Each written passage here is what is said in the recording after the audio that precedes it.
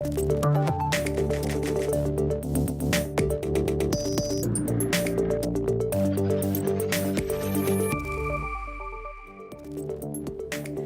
evening, I'm Grace Brown in Hong Kong and welcome to View TV News. Coming up on tonight's show.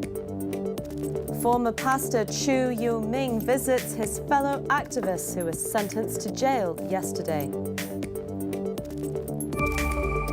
The Belt and Road Summit gets underway in Beijing and Carrie Lam says the city has plenty to contribute to the initiative. And Kim Jong-un and Vladimir Putin hold their first ever face-to-face talks in Russia. Thank you for joining us. First up tonight, Reverend Chu Yu-ming visited 4 of his fellow activists who were jailed yesterday by the district court, including Benny Tai and Chan Kin-man. 7 of the Occupy leaders who were on trial were given prison terms for their role in the 2014 Occupy Central protests that brought the city to a standstill. Chu himself escaped being jailed due to his age. The 76-year-old former pastor was seen entering the Lai Chi Kok detention center with his wife earlier today. Chu's wife brought some calendars along so the activists could record their time in jail. Reverend Chu spoke on commercial radio today, saying he hopes the convicted men will appeal their sentences. Professor Chan Kin-man said that before, these convictions affect more than the 3 of us and more than those who are serving their times. They impact Hong Kong's freedoms of speech and expression. If writing a book, speaking on the radio program, or writing an op-ed in the newspaper can be considered inciting public nuisance, this diminishes our freedom of speech. This is what we care about. Well, for more on that, earlier today I was joined in the studio by our reporter Joel Flynn. I asked him what the reaction has been to the sentencing. Well, clearly there's been a lot of international reaction to what's been happening since this momentous decision yesterday. The US and the UK, among many other countries, have been broadly pretty critical about that. The US Consul General issued a statement, for instance, overnight. They said they were very concerned by the government's decision to bring these charges forward in the first place. They said prosecutions like this can stifle the basic freedoms that Hong Kongers should be enjoying under the basic law. It has been a very emotional reaction, of course, from a lot of these people. Reverend Chu himself was seen crying after the sentence came down yesterday. Today, I think it's really been a little bit more of an assessment of the legal opinions. Certainly, the plaintiffs in this decision and their supporters have said that there will be appeals launched to try and amend the sentences and change them going forward. And some of the lawyers associated with some of the analysis around that have made some suggestions that there may be complaints about some of the decisions made by the judge himself. The other issue that a lot of people have been quite upset about in relation to this has been the treatment of Tanya Chan. We know that her sentence, for instance, was delayed pending this brain surgery that she's supposed to undergo. There's been a couple of comments that people have been particularly unhappy about, one of which was from Stanley Ng, who's the chief of Federation of Trade Unions. He said the illness itself has nothing to do with the judgment. Are the criminals playing procedural tricks with the judge again? People were very unhappy with that. Stephen Ho as well from the DAB was pretty roundly criticised over the last 24 hours. He said when it's time to pay the bill, everyone says they're suffering from some terminal illness. So yeah, clearly fairly Wow. controversial things, I think it's fair to say. But I think people are still playing catch up to this. As I said, it's a very, very emotional thing for a lot of people. Moving on to the drama surrounding changes to the city's extradition law now, Civic Party lawmaker Alvin Yeung says he will table a private member's bill that allows local courts to handle murder cases from other jurisdictions that involve Hong Kong residents as suspects. Yeung proposes to amend the so-called Offences Against the Person Ordinance so the SAR can investigate and prosecute Hong Kongers who are suspected of manslaughter, committing or attempting to commit murder elsewhere. It's aimed at prosecuting a Hong Kong man, Chan Tung Kai, who confessed to local authorities of killing his girlfriend in Taiwan. Chan, however, was only tried for money laundering. The verdict will be announced on Monday. In other news, Chief Executive Carrie Lam is in Beijing for the Belt and Road Initiative Forum. She touted Hong Kong's ability to raise capital as a major draw for countries linked to the infrastructure project. She said the SAR is the gateway to connect the mainland and other Belt and Road countries and will play an important role in the project.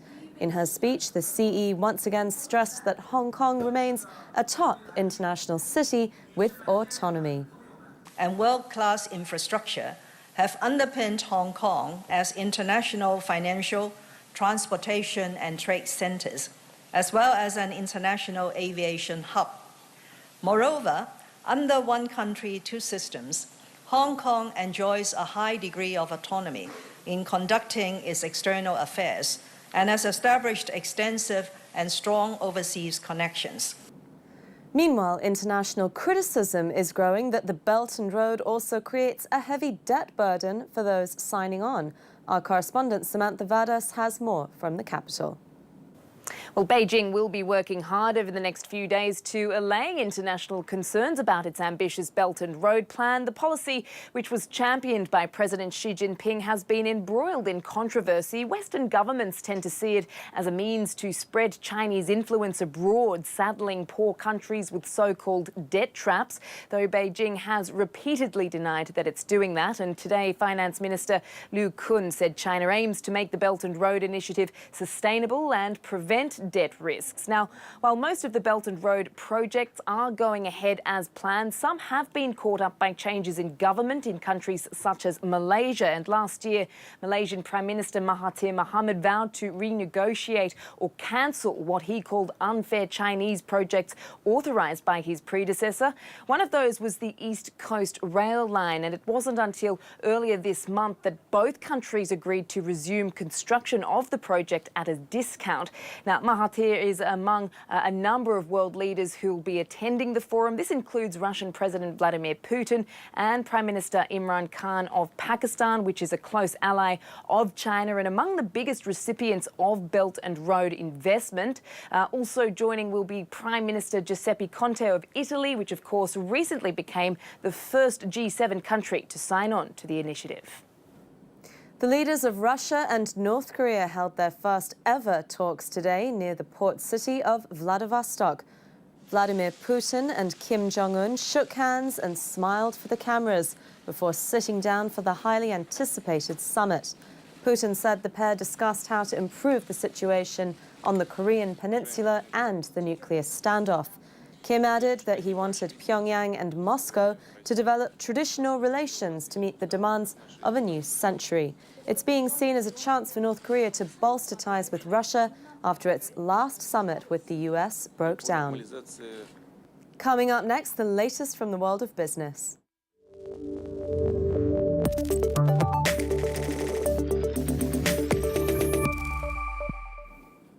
Let's start with a look at how regional markets ended the day. Hong Kong's Hang Seng fell over 0.4% to close at 29,549.8 points. Geely Automobile had another rough day, falling almost 5%. Tech stocks, including Apple supplier AAC Technologies, also took a beating. On the mainland, Shanghai's composite tumbled 2.5% to end at 3,123.83 points. Investors worried, it seems, over signs Beijing could pull back on its stimulus measures after better economic data than expected. Facebook's counting the cost of its massive data privacy breach and says it could hit $5 billion. It's also spending more on staff, boosting its workforce by over a third to stop hackers and misinformation. But as Jane Lanhee Lee reports, despite climbing costs, investors like the news. What's the cost for Facebook's massive data privacy breach that's rocked the company in the past year? Facebook thinks it could be as much as $5 billion. It shared that estimate in its earnings report on Wednesday, saying that it set aside billions of dollars to cover possible penalties coming from the Federal Trade Commission in what could be the agency's biggest fine ever against a tech company. The FTC has been investigating Facebook after it came to light that the social media giant inappropriately shared information of 87 million users with the now defunct political consultant consulting firm Cambridge Analytica. Despite being plagued with that and criticism over misinformation on its platform, Facebook posted a 26% jump in revenue thanks to strong growth in its photo-sharing app Instagram, beating Wall Street estimates. But protecting privacy and cleaning up Facebook is taking a toll. Headcount at the social media company jumped 36% over the year to over 37,000 as it hires more people to police the site, and costs jumped over 80% as well. Still, investors were pleased and the stock jumped 10% in after-hours trading. The shares are up nearly 40% so far this year. CEO Mark Zuckerberg also took the earnings report as an opportunity to emphasize again that Facebook is focused on building a platform that takes privacy seriously, a strategy he laid out in detail last month in a blog post titled "A Privacy-Focused Vision for Social Networking." Embattled ex-Nissan chairman Carlos Ghosn has won bail for the second time. He was indicted again for allegedly using Nissan's money for personal expenses. Our Tokyo correspondent Mayu Yoshida has more. Well, bail for the disgraced auto tycoon was set at 500 million yen, which is more than $4 million. That's after Carlos Ghosn was rearrested on April 4th. But 3 hours after he was granted bail, prosecutors swiftly appealed against court decision. Now, Ghosn's movements and communications will still be strictly monitored, but this second bail will enable the former Nissan chairman to better prepare for his trial, which is expected to happen later this year. Keep in mind that Ghosn has denied all 4 charges against him, including the most recent and what experts call the most serious charge yet of allegedly funneling millions of dollars from Nissan for his own purposes.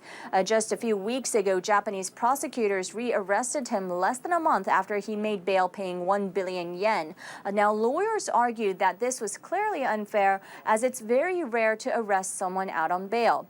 Ghosn's lawyers even released a video of their client claiming he was a victim of a boardroom coup. While telling his side of the story, Ghosn accused his former colleagues of backstabbing and described them as rivals trying to derail the Nissan-Renault partnership. Time for a break now, but do stay with us. Up next, after months of speculation, former U.S. Vice President Joe Biden throws his hat in the ring, announcing he will run for president in 2020.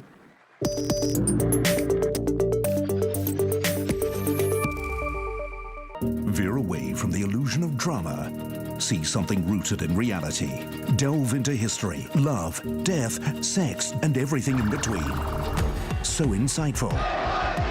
So mind-blowing. You must not remain silent. Documentaries that are powerful, shocking, and intense. Best documentary shows on View TV 6. Your weekly dose of inspiring stories. Friday night at 8:30 on Channel 96. The world's in motion. This May on Now TV. It's winners take all, or someone's downfall. Who will have the last laugh? Find out on the season finale of Europe's top 5 leagues. The big guns, the rising stars. In the second tennis Grand Slam of the year, Roland Garros. From tees to greens, the heat is on. The world's finest go head-to-head for the second golfing major of the year, the PGA Championship. It's do or die for the teams battling for Europe's ultimate club honor. Find out who will secure the final spot at Madrid, the UEFA Champions League. Glory, drama, and action, all the way in May, only on Now TV. Free Premier League football, live on Channel 99 View TV. These Wolves may be giant killers, but now they're facing the Wolf Killers. The FA Cup defeat is still fresh in their minds. Revenge will be the only way out. Saturday night at 9:50. Watford vs.